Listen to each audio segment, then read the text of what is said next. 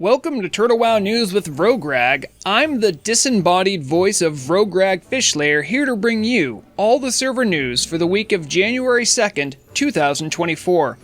I'm still on vacation, so once more we will put together some footage from the studio for this week's news, but next week we should be back with a more normal news program. The news this week was pretty slow between a small changelog, team members being away on holiday, but I do have something special I've been cooking up, and of course, some news stories to cover. So let's get to it. I'm the Orc, and here's the news.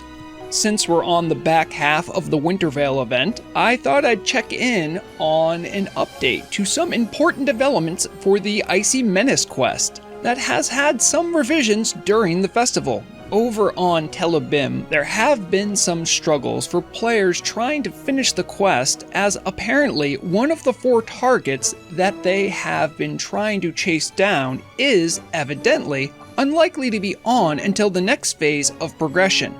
Hopefully, the bold adventurers on Telebim will have some solution found for them, since the quest is measures more difficult because their targets are on either faction and very difficult to track down. The forum post for this issue will be linked in the description below. Thank you, Thol, for helping bring attention to this story. Late breaking news addendum, I did get word from Acalex that he is putting in a request for the quest to be edited so that it may be completed finally. Thanks, Turtle Team. On Nordonar, the Icy Menace quest was altered last week to now only require 3 targets instead of 4. Since one of the players is not going to be online enough for players to finish the quest. Some people have noted having issues with getting the quest text to show the new updated requirements, so make sure to clear your WDB folder and reset your client to get the latest version. With any luck, the Festive Tree and Moonkin pet will be yours in short order. I've been receiving reports of some players having issues with their /camp command working correctly, and I wanted to raise awareness about this odd issue.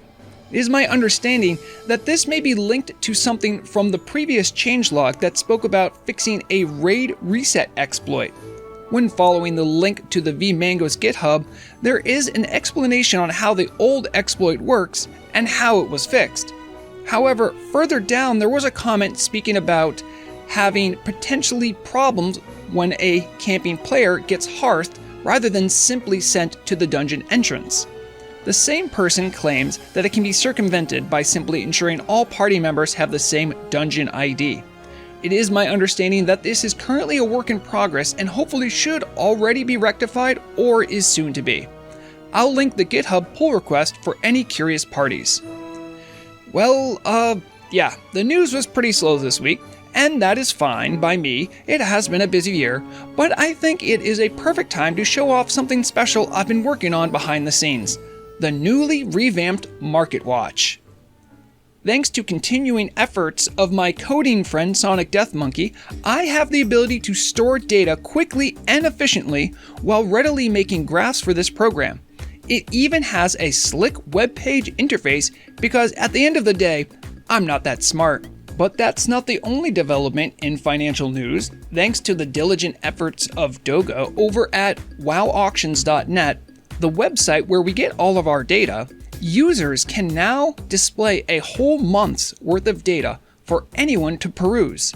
The site redesign offers even more data analysis for users to check out.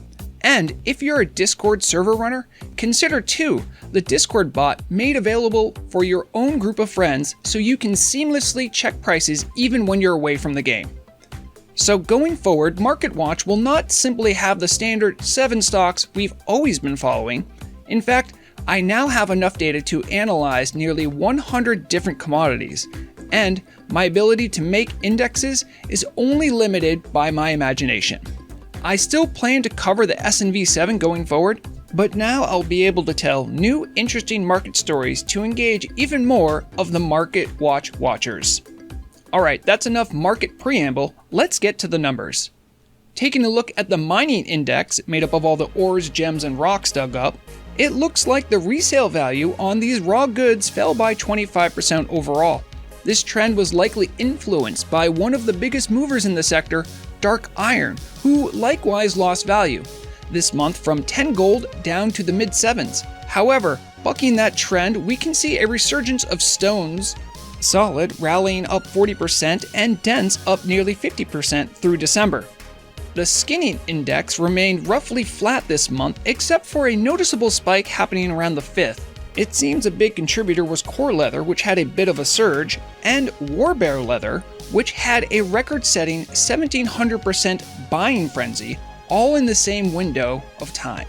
Keep an eye out, skinners, you never know when you might make it big.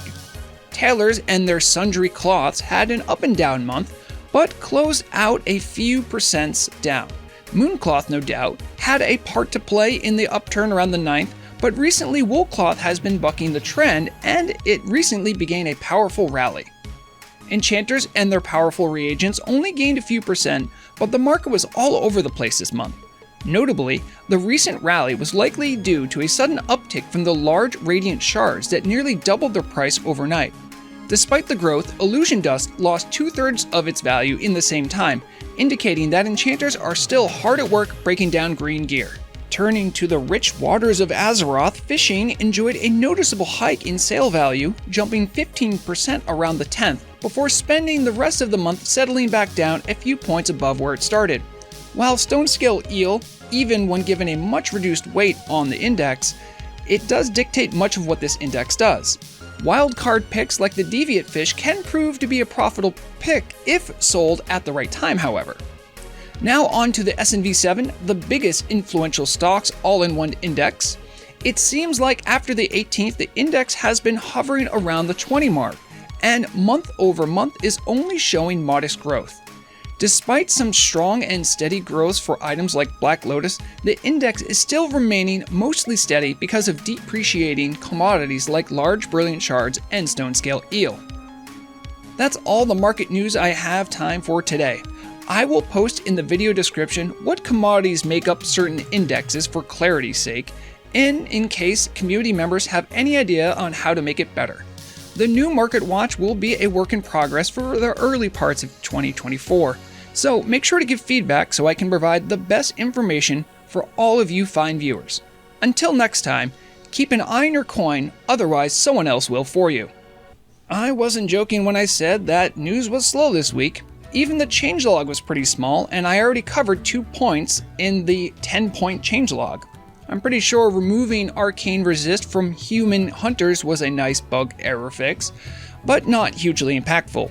Rugged armor kits had its level requirement adjusted, and Austerius is now only summonable in a 20-man raid. And yeah, that's pretty much it for the changelog. Though I don't often do this, I would like to whet the appetite for the Turtle WoW player for things to come. It's been a while since I've done a conspiracy corner, but why not now when the news is short but rumors run rampant? I only have a few I think might be worth sharing from what I've witnessed recently. 2 interesting developments I observed came from the theory crafting channel of the Discord, home to many verifiably untrue remarks and wide speculation about Turtle WoW in the future. Sometimes though, team members can be seen offering their opinions and even doing a little design theory crafting of their own. If it isn't abundantly clear, nothing said in Conspiracy Corner should be taken as truth or anything officially going to happen.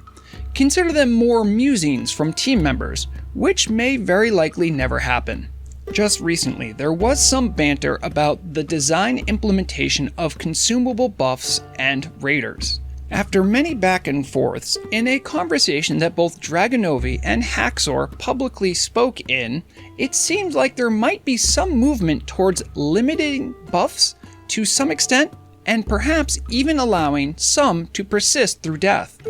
I, of course, made my voice known about the matter, but it may be something to keep an eye on for the future. Another juicy tidbit from the same channel happened just today, where an old matter of something known as a potion cauldron was brought up. The idea behind a potion cauldron would be that, much like a warlock soul well or a mage orange table, however, in this case it would dispense resistance potions to a raid in preparation for a fight. Surprisingly though, Dragonovi joined the conversation asking a suspiciously large amount of questions about the matter's implementation, for something that is only a theory. Both raid consumables being adjusted and resistant potion cauldrons seem like positive changes for players participating in high-level content. I'd love to hear what your thoughts would be on the matter as well. Before I finish the Conspiracy Corner, I have one last message from the Lord of Misdirection himself, our community manager and PR spokesperson Acalix, who deemed it necessary to leave a now retracted message minutes before New Year's. The now officially sanctioned quote I have is no less interesting though.